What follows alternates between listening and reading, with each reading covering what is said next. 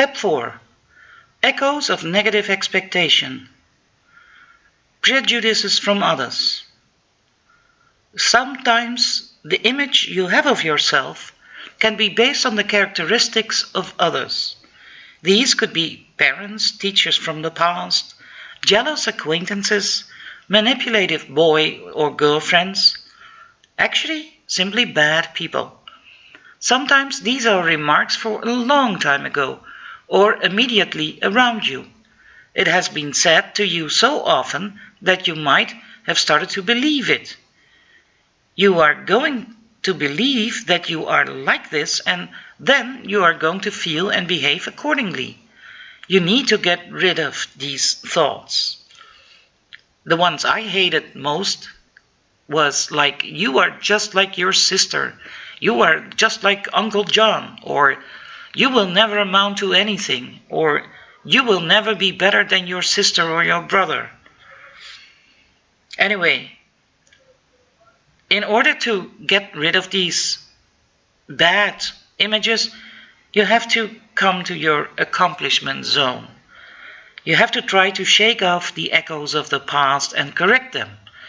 And examples of doing this are, for instance, you can say to yourself, apparently, I'm a flexible person. And that can be a source of creativity as well. I have to be a bit careful if that is my disadvantage and learn to focus my attention on things that are important to me. But it doesn't mean that I cannot do it. I can do it, but I have to allow myself to do it in a positive way.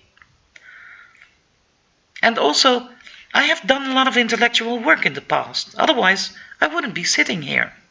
Somebody obviously was mistaken about who I am and what I can do. And the last thing, which is most important, is I am a separate person. I'm not a clone of anybody. I am an individual and I can be myself, and nobody has the right to judge me for what I can be or what I cannot be.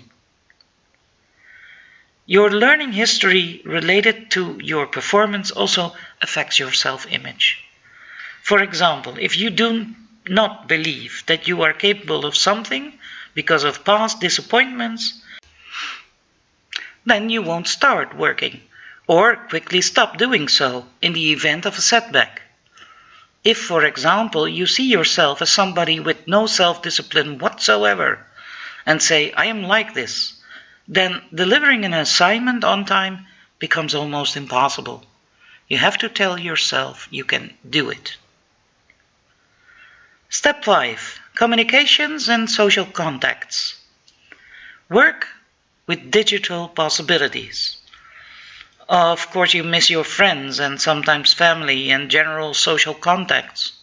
Sometimes you feel so alone, a simple shopkeeper is already a social contact.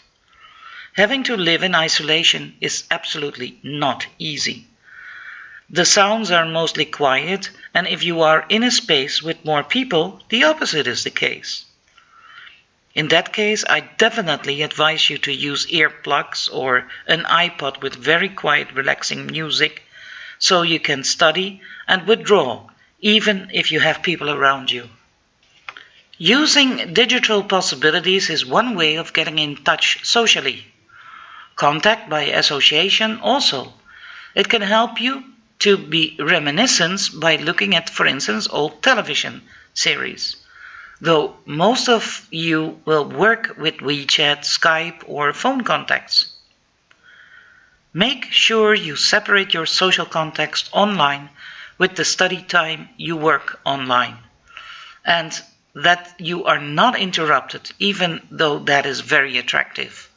Simply tell your friends when you have the time to communicate and when you are working. Also separate work time from your social contacts.